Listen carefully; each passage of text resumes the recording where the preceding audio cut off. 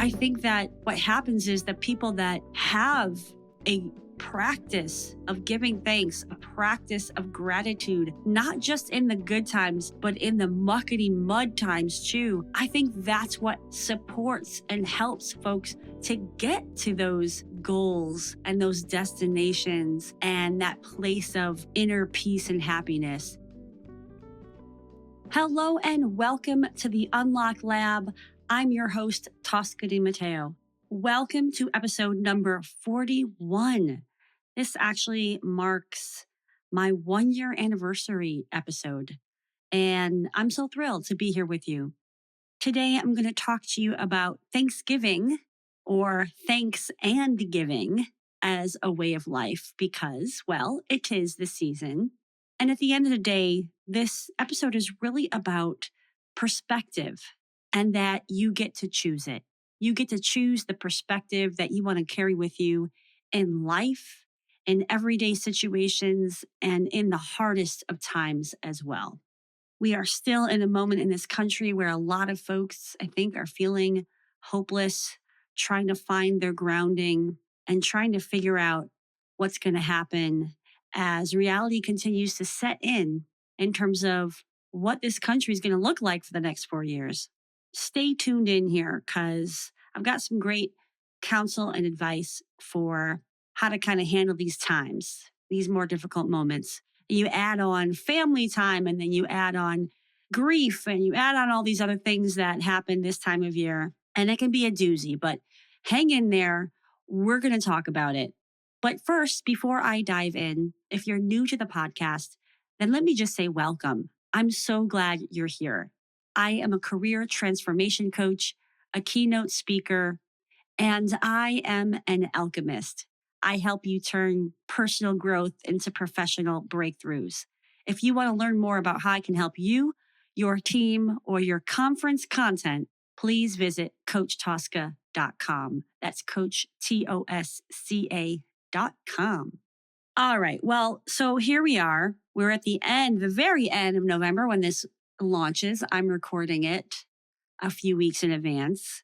You know, Thanksgiving, I'll just be honest, right? Not always the easiest time of year for people because of family dynamics, because of pressure, because of travel, because of grief. Maybe not just grief for who we've lost along the way, but maybe grief for what isn't in our lives and what we feel is missing. And on top of that, this year, I think you still have a shaken country, maybe a shaken world on the outcome of the election and all the things that we're seeing that are happening in advance of that power being transferred over. It's easy to let all of this weigh heavy on our shoulders. And what I'm offering is some ideas about how we can maybe find some levity in this moment, in small moments, maybe in big moments.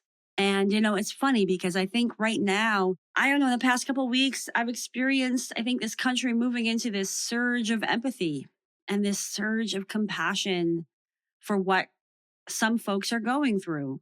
People have taken some time for self-care and they've slowed down and they've paused because they've realized they really need it, right? Present company included, right? I've taken some moments, some pause to digest. And I think it's important because in times like these, when things feel like they're on the downward spiral, we got to take a step back and, of course, process our feelings, process our emotions, but we also have to take a step back to put things in perspective a little bit. Some folks, I think, you know, we got this time of Thanksgiving, and I think sometimes we can be at nauseum with this, like, give thanks and be grateful and show gratitude. And like, yes, makes sense. Like, this is that time of year where we reorient around that and take a moment to pause and say, well, geez, what do I have in my life? And what am I grateful for and thankful for in a real concerted effort? And it's beautiful, right? Because you know, I don't know, my family, we used to sit around, we still do, whether it's my family, my in-laws, whatever, we'd sit around the table and we go around the room and we talk about what we're grateful for. And there's often a lot of reflection of the year and what's happened. And there's some celebration of some of the successes. And this is a beautiful practice. And also, the truth is that we can have this practice as a mindset and as a way of life. I think when you talk to folks who have, especially hit big success in their life, whatever that is for them, right? Whether it's celebrity success or financial success or business success, I think what you often hear from these folks are expressions of gratitude and thanks for who's been with them on the journey and how they got to where they are. And I don't think that that just happens once you reach those goals or once you achieve those things or once you find that relationship once and for all that brings you super joy.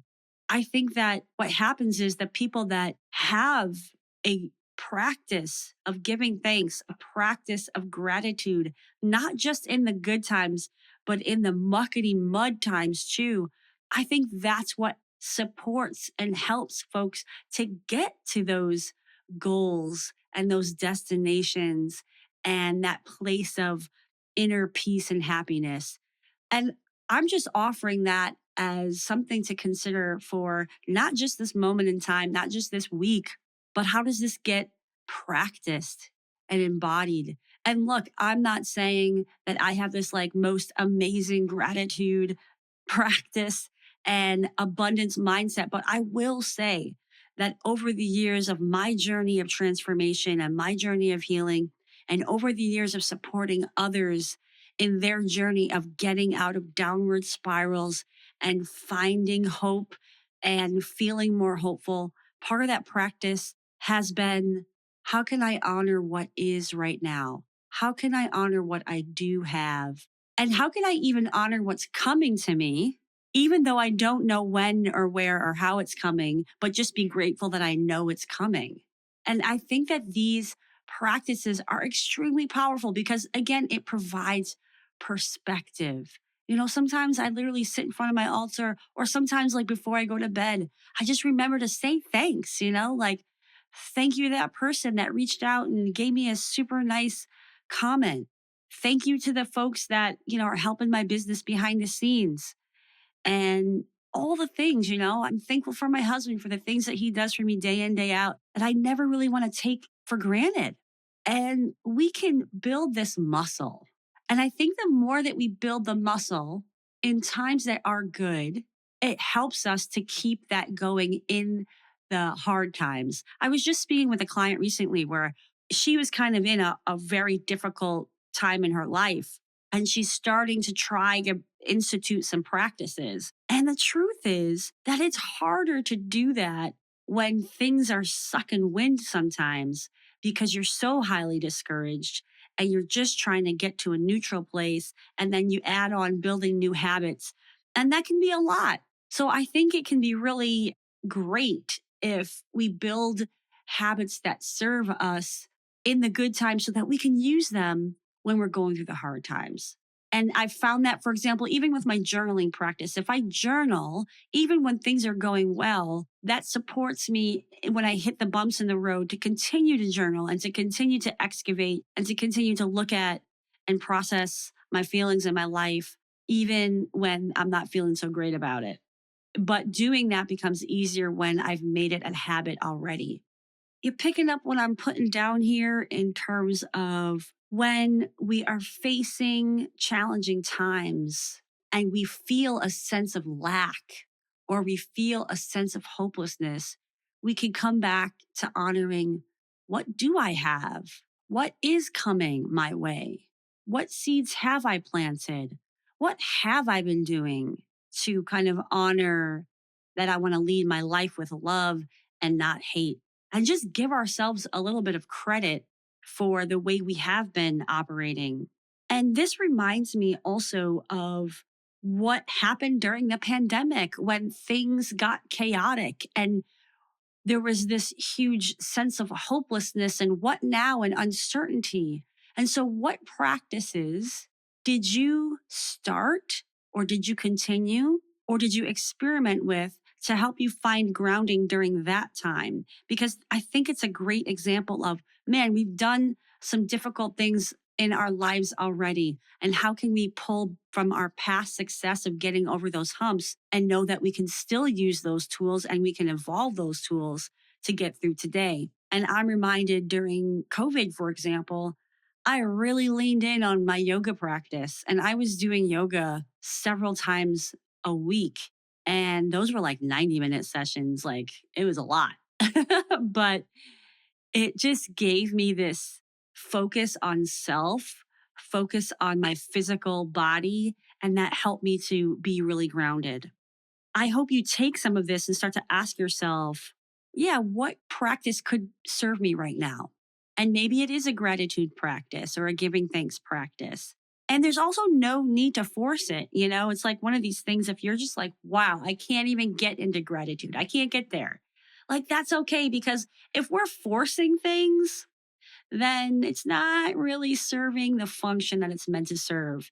It's finding that little way in, you know? And it's like if all you can be grateful for today is that you're alive and breathing, start with that. If that's what feels real and you can tap into that. And I think as you do it, you will begin to expand and open, you know? Like I can always be grateful for my dog, you know? Like I can always pause and sit back and I'm just like, I'm just so grateful. I can give my puppy hugs and kisses any time of day because I work from home. And part of this also, and I think I've mentioned this in a previous podcast, but it's been a while.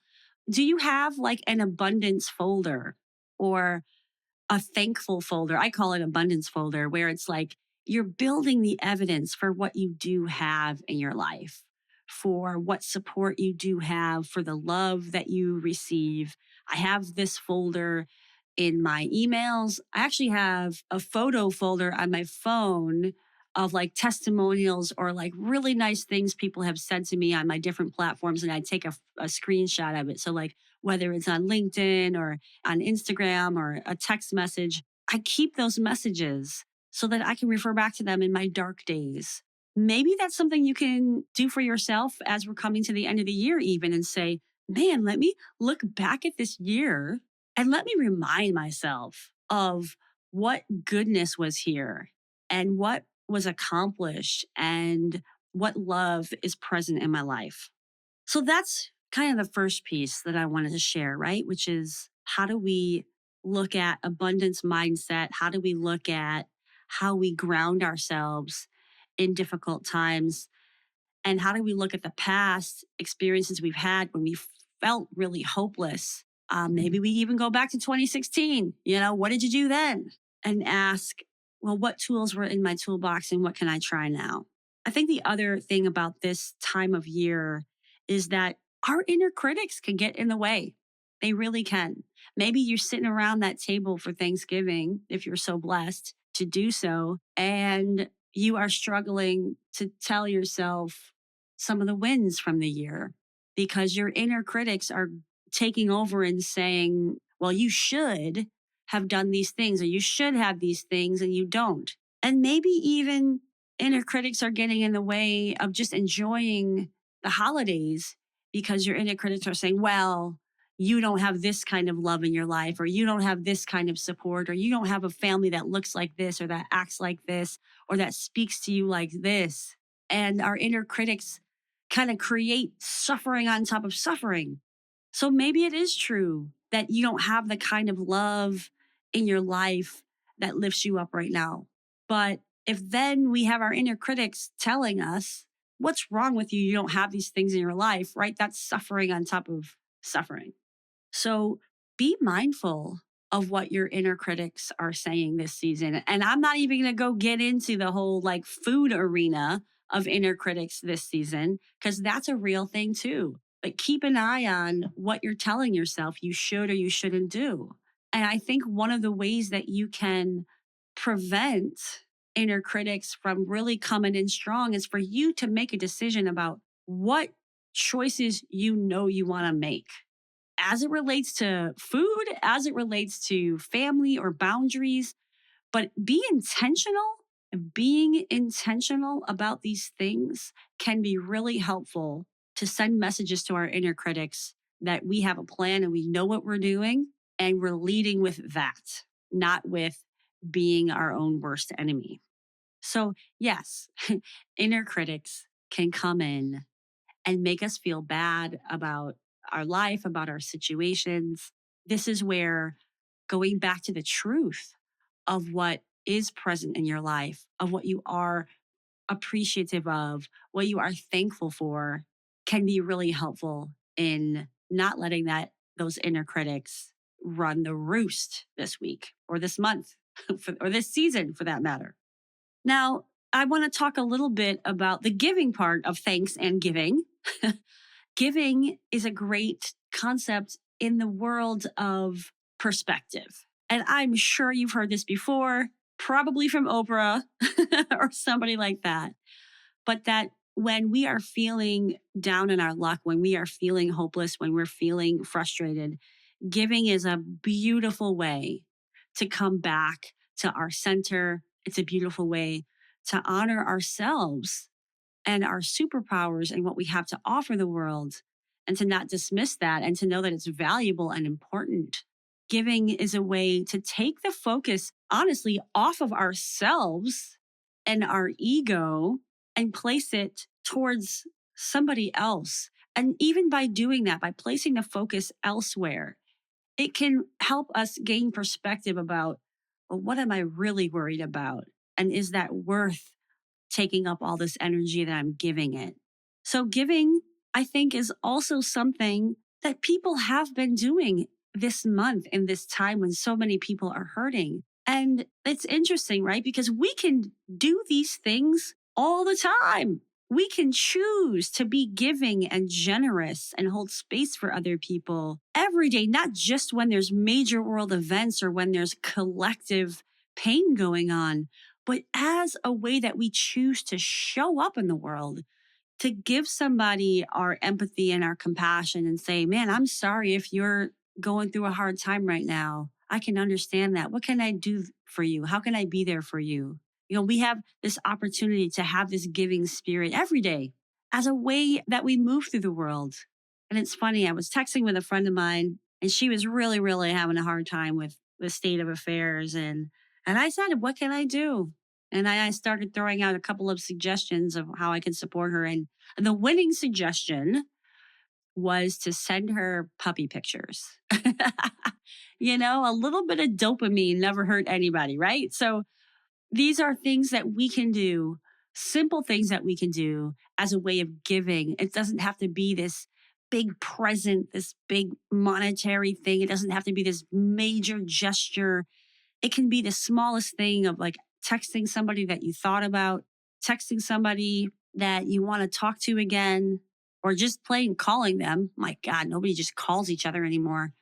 That's so sad. I love phone calls. Feel free to call my cell phone with anything joyful, and looking for these opportunities of giving folks compliments or acknowledgments. And I like to say that acknowledgments are deeper than compliments because acknowledgments are about what you see or observe about a person's behavior or character. And, you know, that can be as simple as acknowledging the cashier at the grocery store. Like, wow, you're really talented at packing these bags. Like, I appreciate you putting all of my cold things together or all of my heavy things not in one bag. You know, you may be chuckling there, but I started my career as a cashier. So trust me, it is a skill and a skill to be appreciated, you know? Yeah. So giving, right? Giving, and you could do a little bit of a inventory with yourself. Do you feel like you are in the vibe of generosity and giving? Have you pulled back from that recently? Do you conserve your energy in that way to the point where maybe actually, if you opened up that giving skill set a little bit more, maybe more would flow into you, you know? And look, from my experience, I'm a giving person, right? And what I do is very much in service to other folks. And sometimes I stop and say, am I doing too much? Am I draining myself and not getting anything in return? And sometimes I have to do that assessment and say, wait, have I stopped my superpower of generosity for reasons that are real and true and healthy for me, or maybe for reasons that are in resentment or whatever it is. But I think it's about taking stock because we can be on a little pendulum swing of that. Sometimes we can be doing too much and overgiving and getting into resentment. And sometimes we can be not giving because we're just so self absorbed and we forgot to be human in the process. Like this small thing of when you send your emails out, do you spend a sentence or two honoring the other person? Like, hey, you did a really great job in that meeting last week. I meant to tell you, but I didn't. And I just want to let you know I thought you handled those difficult questions really well. I'm also following up on this other thing, dot, dot, dot. But do we stop and just be human for a second? I think that's what this whole episode is about. This thanks and giving is about, like, are we being human and humane? Have we forgotten? And now are we in this time of remembering? And do you want to sustain that? Because we don't have to just let it go because, in 6 weeks we have amnesia about everything and we've moved on and we've kind of figured it out. Yeah. This next piece I want to talk to you about is part and parcel to the concept of really having a healthy perspective, a higher perspective in our lives. And this idea is about acceptance. Now, I can do a whole episode on acceptance. I should look in the archives and see over the past year if I did one specifically on acceptance. But if not, this is going to be your Cliff Notes version. Going into the holiday season, right? Especially, we can set ourselves up for disappointment. And that's because oftentimes we have expectations for who people are or what situations will be or what the travel experience will be. And we are not in acceptance of reality. We are not accepting people for who they are in this moment, or we're not accepting of the reality of sitting in traffic, because everybody and their brother is sitting in traffic and that's to be expected. Are we in acceptance of our grief that we may be experiencing? Are you in acceptance of yourself and where you are in this moment of time? And by being in acceptance, by truly finding acceptance in our lives, whether that's with the people, with our situations or our circumstances, finding acceptance, can really lighten our load, right? To say, there's nothing to change here, there's nothing to do. I just have to be willing to say, this is what it is. And then how can I move on with a loving approach given that acceptance? Now, look, this is easier said than done. And we all know we get triggered with our families. And we all know that this is a practice. This is a practice. And sometimes we have to accept things that are really hard, or that we realize I accept this. And also that means I have to change something because I don't actually want this thing in my life, right? It can get us to realize, okay, I accept this person for who they are. And I also realize I don't want this in my life, right? That those things can happen at the same time. Also, at the same time, we can say, I accept this person, and what can I find about the things that I am happily in acceptance of, right? Because we got to hold all the good, the bad, and the ugly at the same time. And what ends up happening is we point fingers and we get upset with people for the things that we wish were different in them. And really, our job is to be in acceptance, be in non judgment, and honor and love on and cherish the parts of other people that we do enjoy, that are the reasons why they're in our lives, the reason why we want them in our lives, all those things. And I think this topic really goes hand in hand with family, right? I mean, family knows how to push our buttons. They know our triggers. Especially when you're around folks that maybe you've evolved differently than they have. You've grown in different ways. And so you are very different today than the person that you were 30 years ago, right?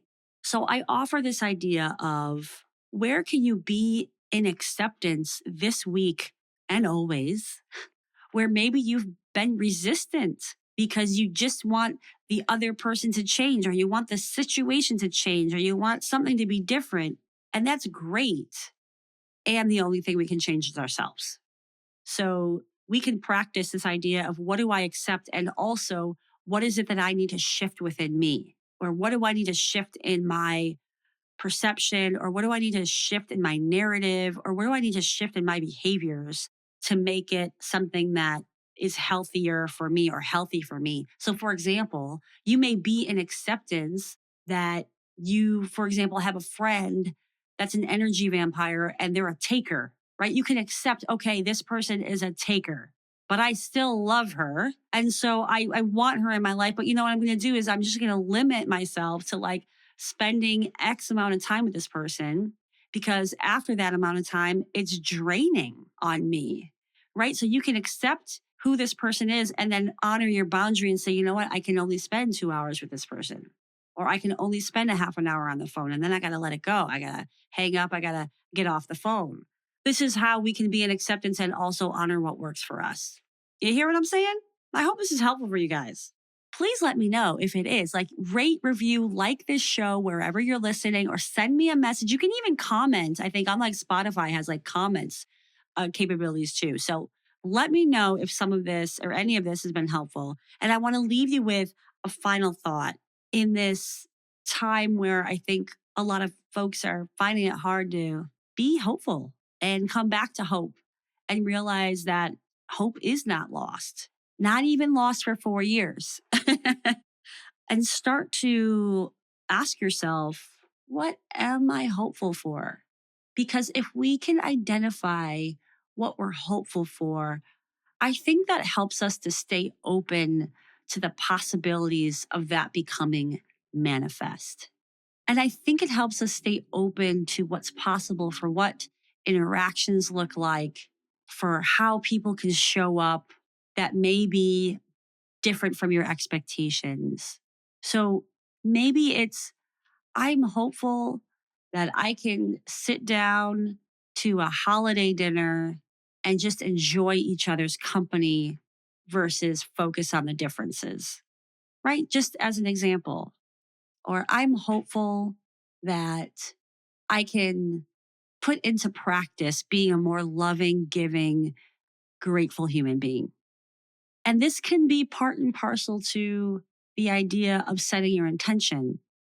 We can be hopeful for a future that we're not sure how we're going to get there. And we can also set an intention for ourselves and our actions and our thought patterns that will help us make that manifest, right? So, for example, if I'm hopeful that I can be in the presence of love this holiday season, then I can also set an intention that I am going to be loving and giving in this holiday season. And can you just imagine what that magical flow could look like because I've set an intention of love? You know what happens here. Come on, this ain't rocket science. It comes back to you. What you focus on grows, right? What you're calling in, you get more of because you're putting the intention and a focus behind it. So it's kind of like that. Hey, you have this intention of buying a red car, and then all of a sudden you see all the red cars in the world, right? It's like kind of no different. So, just to wrap up, thank you so much for tuning in here. I want to remind you that you get to choose the perspective that you want to have on the world. You get to take a step back, see the forest through the trees, and remember that the sun is always shining, and you get to tell the narrative that you want to tell about your life, about what's possible, about the future. You get to choose abundance in terms of your mindset and in terms of your generosity. This is all within you. And so I hope that you take this moment to say, yeah, I matter. I make a difference. How I show up in my life makes a difference for me and for others. And that is the ripple effect that the world needs right now so much. It needs you to just show up with the biggest heart that you have and honor that that's needed right now. It's needed for you and yourself and your resilience. And other people need that big heart too, to remember who they are and that things are going to be okay and that hope is still alive. Man, thanks so much for being here. I kind of don't even want to get off this soapbox right now. I just think this is such an important conversation, but I will because maybe you have pumpkin pie coming around that table, and I do not want you to miss out on that. So, have an amazing holiday week if you're listening to this during the holiday season. And if you're listening to this any other time of year, well, I hope it was exactly what you needed when you needed it, because I think this is a message that is timeless. All right. Thanks for tuning in to the Unlock Lab, and ciao for now.